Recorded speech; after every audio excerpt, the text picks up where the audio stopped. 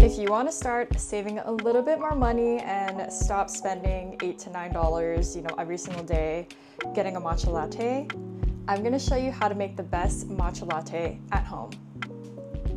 So I of course had to wear my cute matcha shirt from Veggiekins, Miss Remy. Anyways, I had to wear this for this special occasion. Okay, first let's talk tools. All the tools that you'll need to use to make the perfect matcha latte. You have a strainer,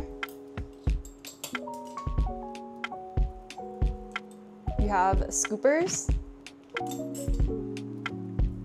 then you have the chasen or the whisks,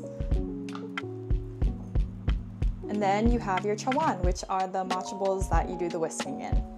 Next, let's talk about matcha powders, and this is probably the most important one in the process of making the best matcha latte because it's what you're gonna taste. So the number one piece of advice that I have that I cannot stress enough is to drink ceremonial grade matcha and not culinary matcha. Culinary matcha is a grade that's used for baking, so it's definitely a lower quality, and when you drink it, it will have more of a bitter taste than what we want. Ceremonial is made for tea lattes and drinking matcha lattes. So please find matcha lattes that are not culinary grade but ceremonial. And I typically like to look for matcha powders that have been harvested in the first harvest because those tend to be the higher quality. So these are just a few of my favorite matcha powders that I've tried and I've been using for years now, but what I love about matcha is that you have your own personal taste. So it's really fun to figure out what types of blends you like and whether you like it more astringent, whether you like that more creamy and sweet. I'm definitely more on the creamy and sweet side, so the blends that I tend to prefer are those notes. The brands that I typically recommend to people when they ask me is definitely Rockies, Ippodo, Matchakari, FKRO, and actually right now this one is my current favorite. This is by Little Match Studio, and it's so good. And I have a lot of other options that are affordable within your budget, so you can check those out in my Amazon storefront. But these are the ones that I typically recommend to people the most just because they are the best of the best that I've tried. Another thing that I like to look at for the matcha powders is the color, and that typically tends to show us whether or not it's gonna taste good or not. So if it's a really bright, vibrant green, it's gonna taste definitely more high quality, and you want to look out for the matcha powders that are a little bit more dull green, a dull green or brownish yellow even. Those I would definitely steer clear of. They will be super bitter. Okay, now that I talked about the tools and the matcha powders, let's put it all together. If you're using a new chasen, I would highly recommend soaking it in hot water first before using it. You can see the difference between these two, which one is more open and which one is newer. And we do this because it helps to soften the bristles, so when we're whisking, it's not as hard and it won't break the bristles. So to do this, you're just gonna take a cup, put the whisk inside, and then I'm gonna pour the hot water on top, just to kind of cover about there, the top of the bristles. And then we're gonna let it soak for a couple of minutes until we can kind of see the bottom start to bloom up. Okay, now you can kind of see in the chasen that it opened up a little bit and the bristles look softer, so we can get to whisking. Okay, now get your chawan and your sifter, and we're gonna start to sift the matcha.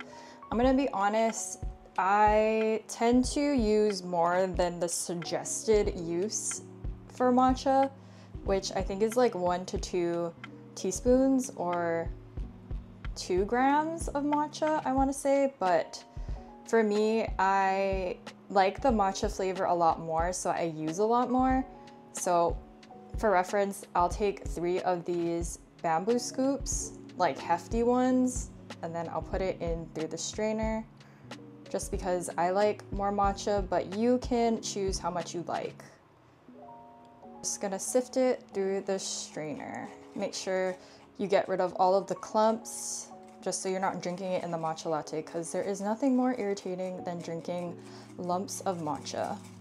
Okay, next we're gonna pour in the water, And the key is to use hot water, not boiling water, because if you use boiling water, it will alter the taste of the matcha. And because it's such a delicate powder, there are chances that you could burn it and it will definitely not taste the same.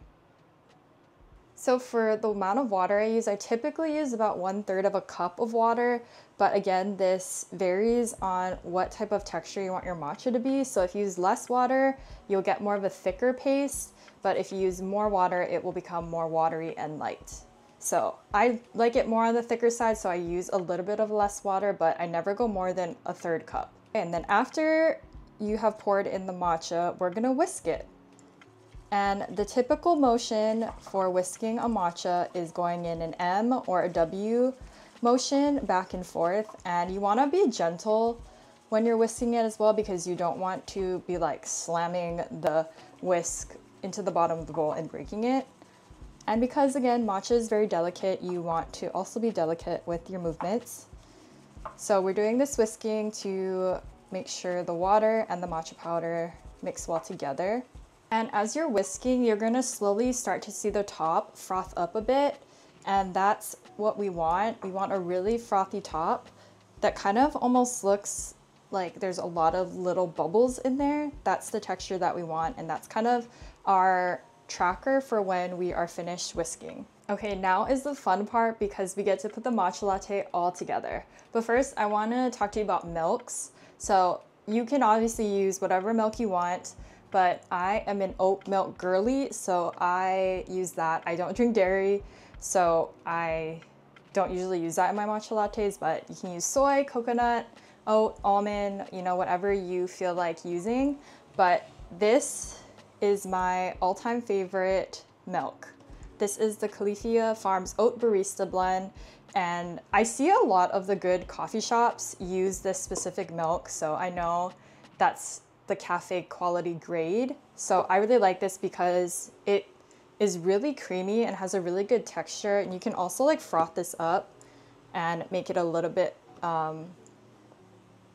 more like cafe style. All right, now it's time to assemble.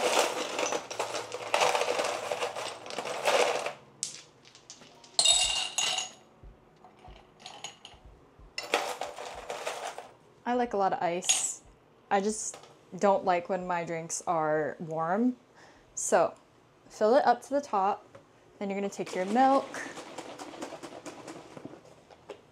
pour it about 3/4 of the way of the cup, about there. And now for the best part, it seriously looks like a work of art when you pour this, the matcha.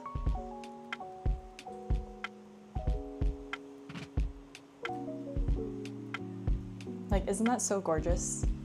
And then it's totally optional, but if you want to sweeten your matcha, you can use maple syrup, you can use honey, you can use vanilla bean syrup, fruit syrups, whatever you like. Or you can use creamers, which is typically what I like to use a lot. But I believe that the matcha should stand alone by itself. So if it is a really good matcha powder, you'll be able to drink it without even having to add any sweetener.